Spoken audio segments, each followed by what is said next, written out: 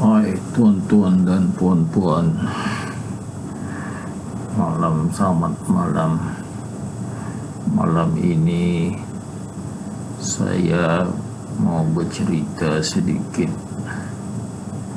tentang apa yang saya baca dalam kitab Injil Barnabas. Hari-hari saya baca kitab Injil Barnabas. Saya baca pun buka surat, tentu saya akan jumpa sesuatu yang hebat diperkatakan, dipikir tentang agama dan sejarah Yesus. Kalau kamu tahu sebenarnya sejarah Yesus, istilah kamu baca Injil Barnabas. Injil Barnabas inilah yang sebenar-benarnya Injil yang benar, yang ditulis oleh satu orang bernama Barnabas. Barnabas adalah sahabat setia Yesus. Barnabas adalah yang ditauliahkan Yesus untuk menulis kitab Injil untuk Yesus. Jadi manakah kitab yang dibaca oleh Yesus? Inilah dia, kitab Injil Barnabas. Karena dia yang suruh tulis, dia yang suruh Barnabas tulis, tentu dia baca, dia semak, dia tulis tidak salah. Jadi saya boleh kata kitab yang dibaca oleh Yesus adalah Injil Barnabas, bukan Injil lain. Jadi boleh saya katakan Injil Barnabas itu kitab suci. Bagaimananya kitab suci yang lain, Al-Quran, kitab suci bagi orang Islam. Dan Injil Barnabas sebenarnya kitab suci pengikut Yesus. Jadi Yesus itu Muslim, orang Islam ini Muslim. Jadi kitab Injil Barnabas ini juga adalah kitab suci orang Islam, sebab kitab suci orang Islam ini bukan saja Quran.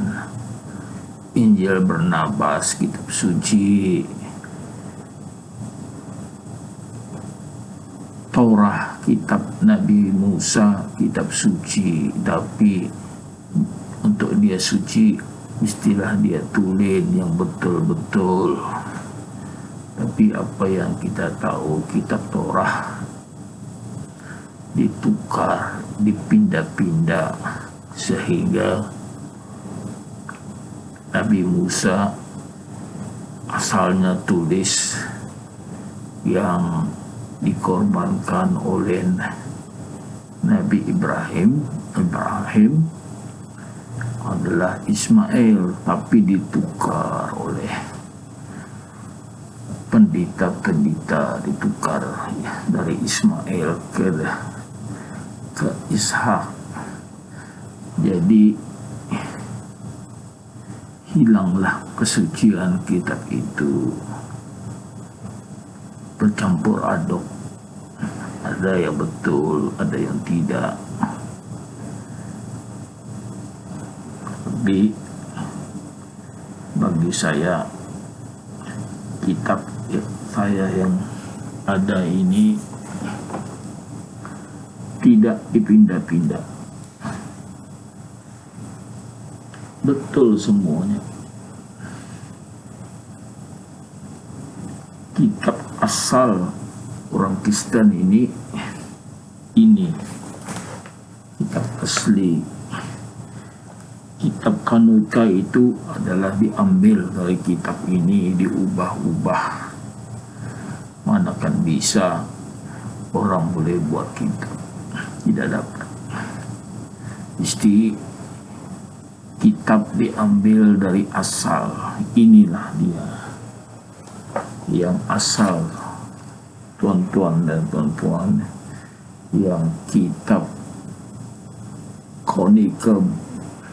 Konika itu adalah hasil pindaan-pindaan yang dibuat oleh Paulus. Dalam ini mana ada ajaran 3 Tuhan, tidak ada. Paulus ubah jadi 3 dalam 1. Mana ada dalam itu, tidak ada. Kamu cari pun tidak ada. Mana ada kata Yesus itu anak Tuhan, tidak ada. Tapi cerita pasal orang fitnah Yesus itu anak Tuhan ada. Tapi pasal Yesus mengatakan dia Tuhan atau dia anak Tuhan, tidak ada. Tidak ada. Berkali-kali Yesus mengatakan, memenafikan yang dia Tuhan atau anak Tuhan, berkali-kali.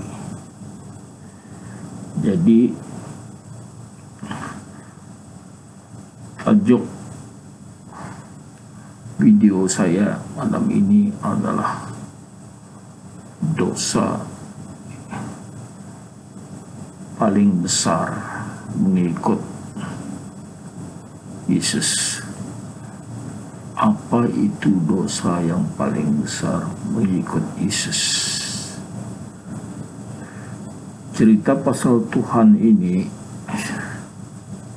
Yesus ada katalah sini pasal Tuhan ini. Sebab manusia ini, siapa yang gila uang, sanggup mati karena uang. Di uang itulah bagaikan Tuhan dia. Siapa yang suka sangat minum arak, hari-hari minum arak, hari-hari ingat arak, arak itulah bagaikan Tuhan untuk dia. Siapa yang gila perempuan, hari-hari pikir perempuan, perempuan itulah umpama Tuhan dia. Jadi janganlah terlampau lebih mencintai sesuatu, tiada had, tiada limit. Jadi itulah jadi bagaikan Tuhan untuk dia. Kita suka uang, tapi janganlah berlebih-lebihan terlalu suka. Kita suka minum arak, tapi janganlah berlebih-lebihan minum arak. Tapi bagi orang Muslim, perkara itu haramlah. Bagi yang bukan Muslim, yang suka minum arak, berpada-padalah, takut mabuk di jalan raya ataupun masa mandu kereta. Tapi bagi yang suka perempuan, berpada-padalah. Kalau sudah ada istri, cukuplah dengan istri. tidak lagi payah cari-cari, sudah ada istri. Kalau cari-cari lebih daripada itu, istri pun marah. Kalau sudah istri marah, susah. Jangan sampai buat istri marah. Tapi kalau orang Islam, lebih satu istri pun boleh, dua pun boleh, tapi mesti mampulah. Memang lelaki suka perempuan, jadi yang mampu, kalau dia mau dua boleh, mau tiga boleh, tapi dia mesti mampu. Kalau tidak mampu, cukuplah satu, gitulah. Jangan jadi gila-gila. Kalau gila-gila itu sudah macam dia, perempuan itu bagaikan Tuhan. Lebih sudah itu artinya lebih hat. Itulah yang dicerita di sini dalam kitab ini. Kelebihan, lebih suka kepada sesuatu dan dia fokus itu saja. Itulah umpama Tuhan dia. Jadi yang ditanya ini, ada satu pertanyaan yang ditanya oleh pengikut Yesus. Dia kata, apakah dosa yang besar? Yesus kata dosa besar itu umpama membuang fondasi rumah. Kalau kita buang fondasi rumah, bukankah rumah ini ada di bawah-bawah itu fondasi yang menguatkan rumah ini? Lantai-lantai dia, bawah-bawah itu yang menahan dia tidak runtuh. Itulah dikatakan fondasi yang di bawah-bawah rumah ya. Mungkin kita tidak nampak. Kalau rumah saya ini dulunya ada tiang ini batu dipukul-pukul dalam tanah supaya tanah ini buat menahan rumah ini. Kalau kondisi itu tidak dibuat, mungkin rumah ini lantai dia mungkin pecah, susah mau repair. Jadi kadang-kadang rumah itu jadi singit. Bahasa singit ini, yang begini jadi begini itu singit. Dan saya nampak rumah singit, tapi sudah rumah itu singit. Masa tinggal di rumah singit, tidak dapat buat apa-apa. Jadi rosaklah dia. Kerusakannya tidak dapat diperbaiki. Kalau jendela rusak, jendela boleh diperbaiki. Pintu rusak, dimakan anai boleh diganti pintu baru. Kalau atap rusak boleh ditukar, senang-senang dibuat. Tidak juga senanglah kalau atap, tapi boleh diganti jadi rumah itu seperti rumah baru. Sekiranya atap bocor boleh diganti, tapi kalau fondasi itu rusak, habislah. Umpama tanah runtuh, kalau orang buat rumah di tepi-tepi bukit, datang banjir ataupun hujan lebat, kadangkala bukit runtuh.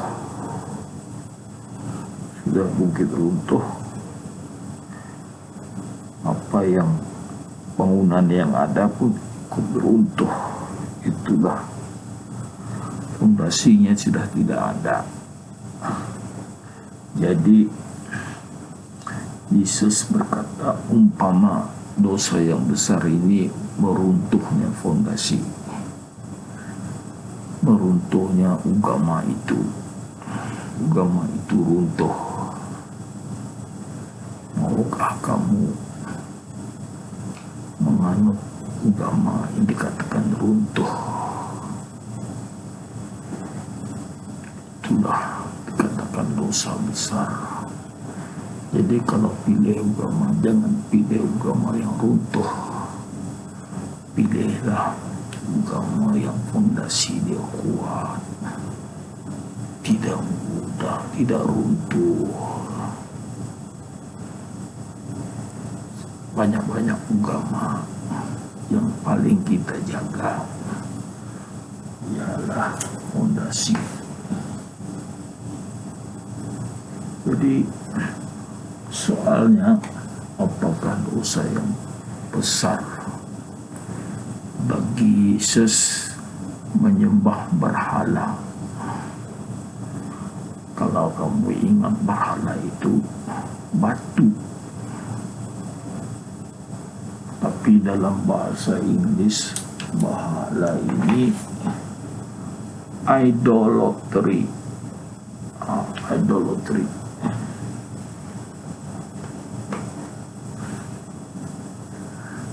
Artinya kita memuja sesuatu yang atas bumi yang kita nampak. Yang kita nampak atas bumi, itulah idolatry. Kita dilarang membuat bayangan Tuhan itu. Kita sembah Tuhan, tapi kita tidak boleh terbayang sesuatu. Kita hanya sembah Tuhan yang berkuasa. Kita tahu dia berkuasa, sembah dia.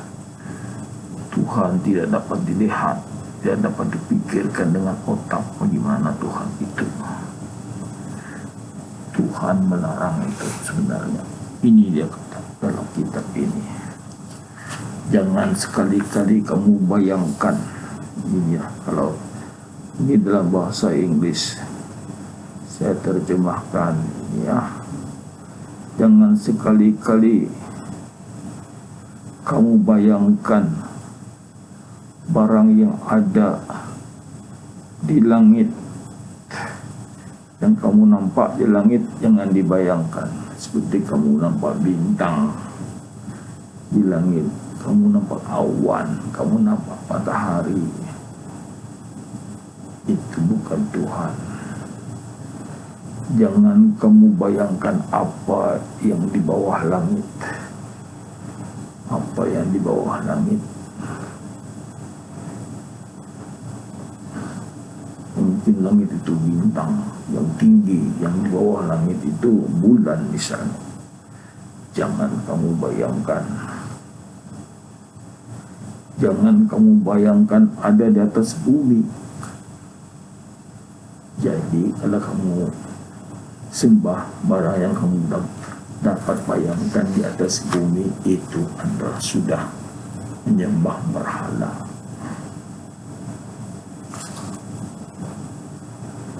Dan jangan kamu bayangkan apa yang di atas air. Apa yang di atas air itu mungkin kapal. Jadi kalau kamu sembahyang, kamu pikirkan kamu menyembah kapal, itu sudah menyembah berhala. Jangan kamu bayangkan apa di bawah air, dalam air.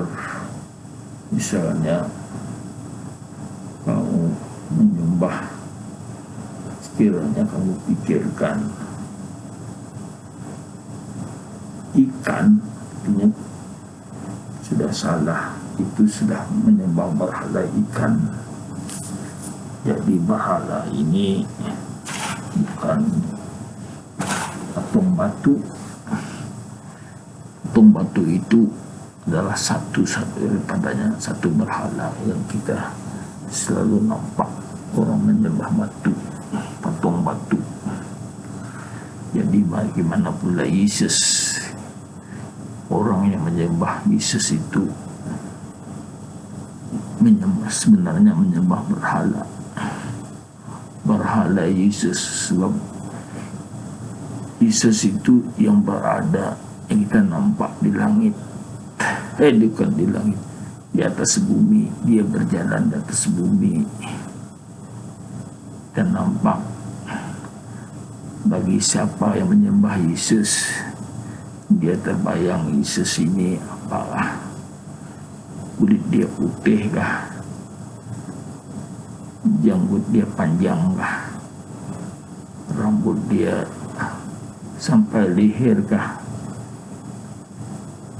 Itulah bayang-bayang yang orang yang menyembah Yesus itu umpama macam menyembah berhala juga. Perkataan berhala ini idolatry, artinya menyembah,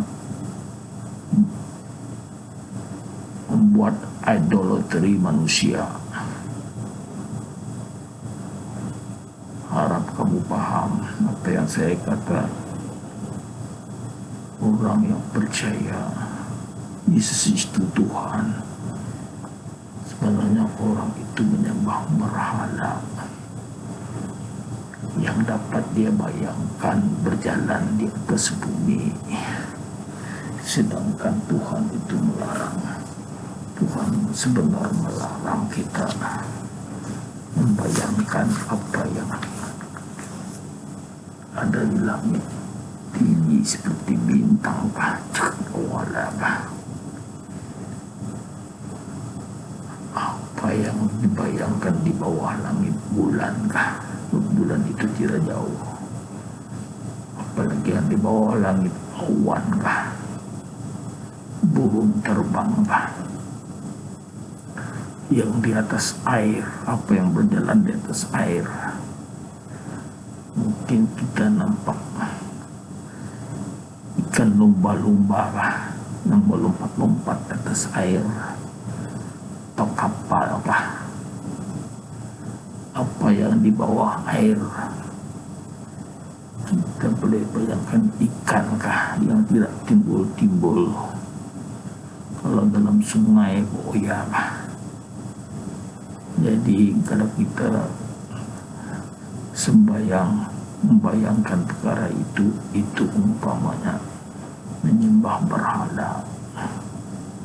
Jadi orang yang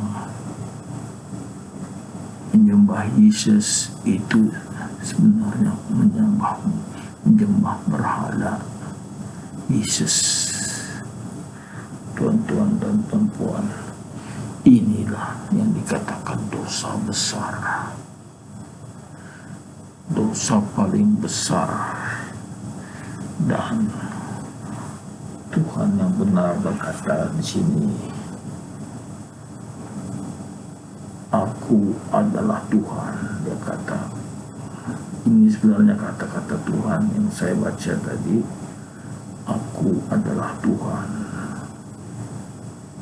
kuat dan cemburu. Jadi Tuhan ini cemburu, tuan-tuan dan puan-puan. Dia akan balas dendam. Dia akan dendam, dia marah dan dendam.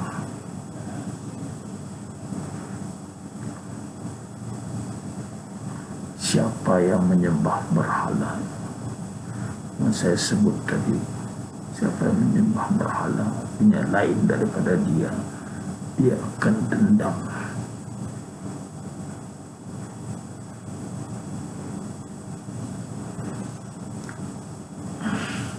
Dan dosa itu akan ada pada ayah dia, anak dia, dan generasi dia. Kita boleh perhatikan orang menyembah berhala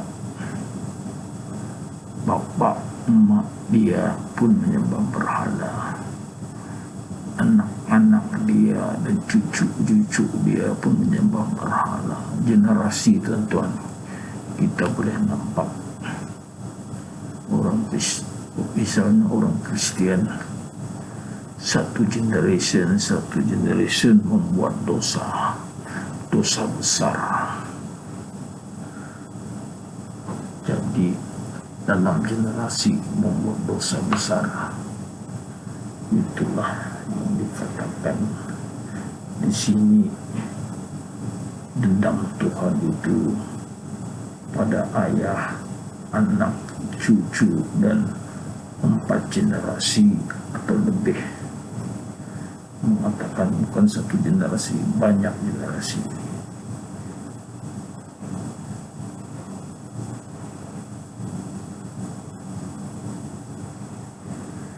Dan Yesus juga mengatakan dulu-dulunya Nabi Musa, pengikut Nabi Musa menyembah lembu, tuan-tuan. Pengikut Nabi Musa itu masa Nabi Musa masih hidup. Bila Nabi Musa sekejap saja dia berjalan, mungkin dalam 40 hari saja dia tinggalkan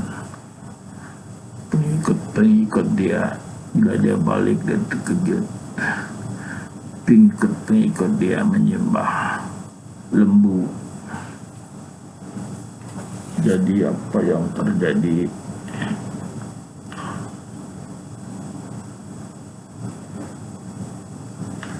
Ada satu kumpulan,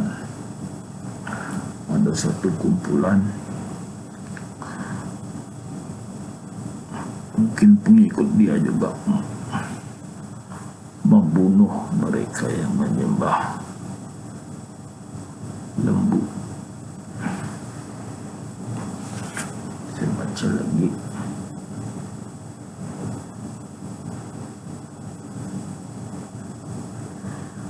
Banyak yang terbunuh, 120.000 yang dibunuh.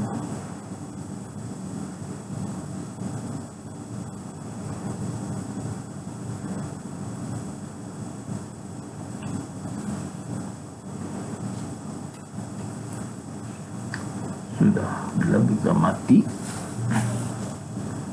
sudah tidak diampun lagi lah dosa mereka. Itulah cerita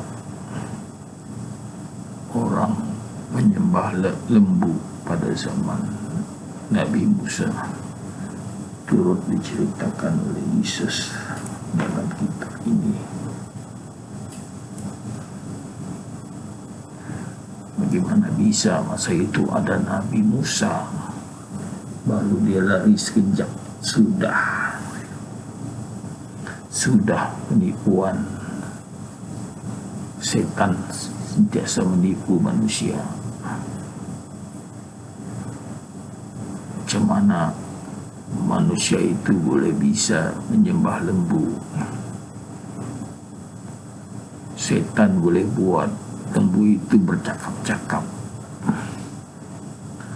Lembu itu orang buat daripada emas. Lalu pun setan masuk dalam badan lembu emas itu dan bercakap-cakap. Lalu pun mereka sembah. Banyak penipuan, tuan-tuan, dalam dunia ini. Dalam agama Kristi, dalam agama Nabi Yesus dulu pun ada pengikut dia, ada juga pengikut Paulus. Paulus inilah yang menipu yang dia kata ini ajaran Yesus, tapi sebenarnya bukan. Ajaran dia yang dia tipu. Dia kata Yesus ini anak Tuhan, Yesus ini Tuhan. Dia inginkan orang menyembah berhala, dia inginkan orang membuat dosa yang besar. Lepas itu dia ketawa. Begitulah kisah orang menipu. Orang menipu ini sebenarnya dia ingin ketawa. Dia ingin melihat kesusahan, siksaan Tuhan yang akan diterima oleh orang yang ditipu. Tapi dia merasa sedih. Dia ketawa. Aduh, walaupun dia tahu orang menipu ini akan masuk neraka. Jadi pamakan dalam perumpamaan, alang-alang aku melok kasam dia sampai ke lengan. Jadi dia buat sesuatu yang menghancurkan dia dan juga menghancurkan orang lain. Bila dia tengok orang lain pun hancur, dia gembira, dia ketawa. Jaga-jaga Tuhan. Begitulah keadaan manusia sekarang. Mereka suka buat orang lain sesat. Dia buat propaganda, kononnya ini agama dia benar, tapi ini kitab Injil Barnabas difitnah, dikatakan bukan original, dikatakan daripada bahasa Itali, bukan daripada bahasa Arameik. Umur dia dibuat tahun 1600 umur dia, bukan asal dari Yesus yang sudah 2000 tahun. Fitnah Tuhan, fitnah itu Tuhan. Kita tahu dia benar, kita tengok isi, bukan tengok bila dia dibuat, kita tengok isi. Saya baca Quran, saya juga baca kitab ini.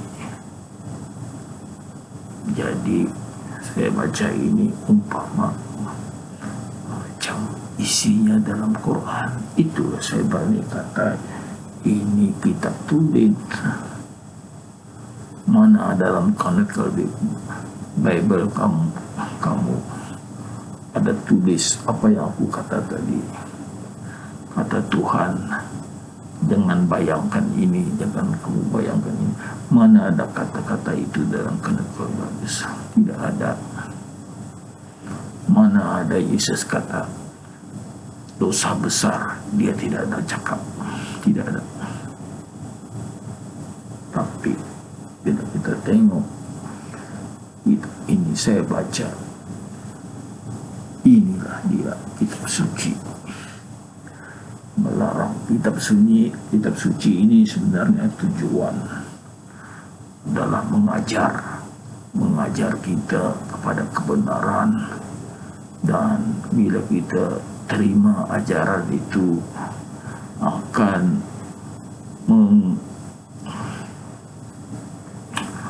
mengarah kita ke jalan yang betul, ke jalan yang diterima oleh Tuhan yang sebenar. Bila kita menerima ajaran sebenar, kita pun percaya dan taat apa yang disuruh, dan taat apa yang dilarang, apa yang kita suruh percaya. Dengan itu kita akan selamat. Kita kehendakkan keselamatan hidup di dunia, supaya kita akan bahagia nanti bila hidup di akhirat. hanya dua pilihan, tuan-tuan dan puan-puan. Sama ada masuk dalam api disiksa atau dalam taman-taman yang indah. Bagi lelaki akan dapat perempuan yang cantik-cantik, bidari yang cantik-cantik. Bukan satu, bukan dua, banyak, tuan. Dihadiahkan pada kita. Kita pun hidup umur 33 tahun. Bayangkan umur 33 tahun tidak berubah selama-lamanya 33 tahun. Umur 33 tahun macam mana, tuan? Bagi saya bersokan. Saya 33 tahun main badminton. Suka,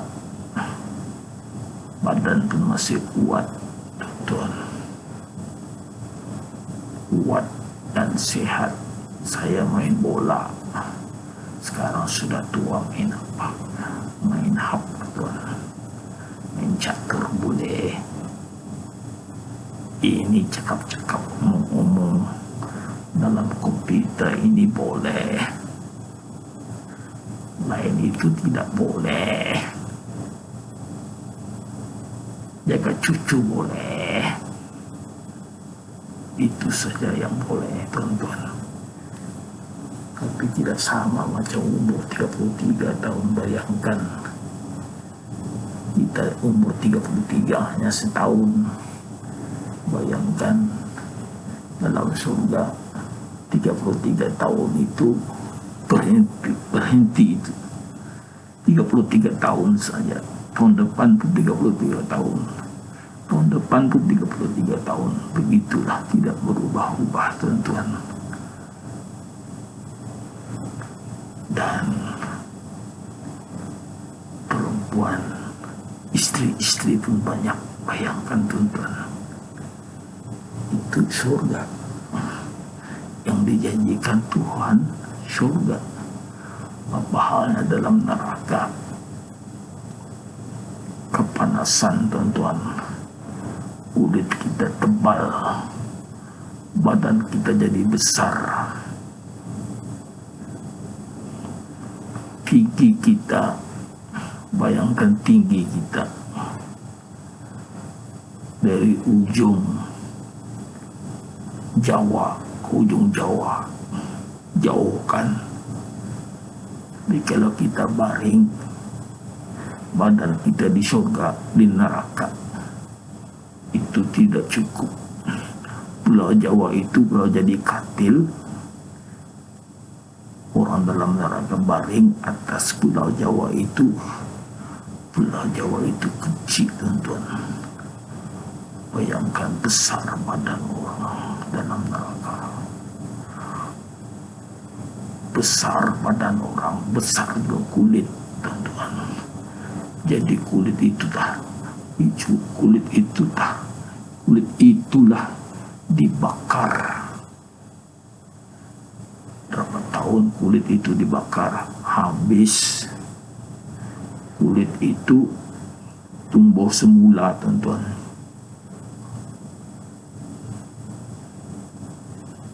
Kulit yang dibakar itu tumbuh semula, dibakar lagi, tuan-tuan.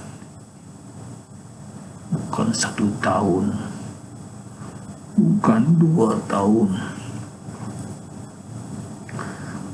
Kalau buat dosa besar selama-lamanya, tuan, bayangkan tidak terlepas begitu. Selama-lamanya. Sakitkah, tuan? Sakit. Perit, tuan, perit.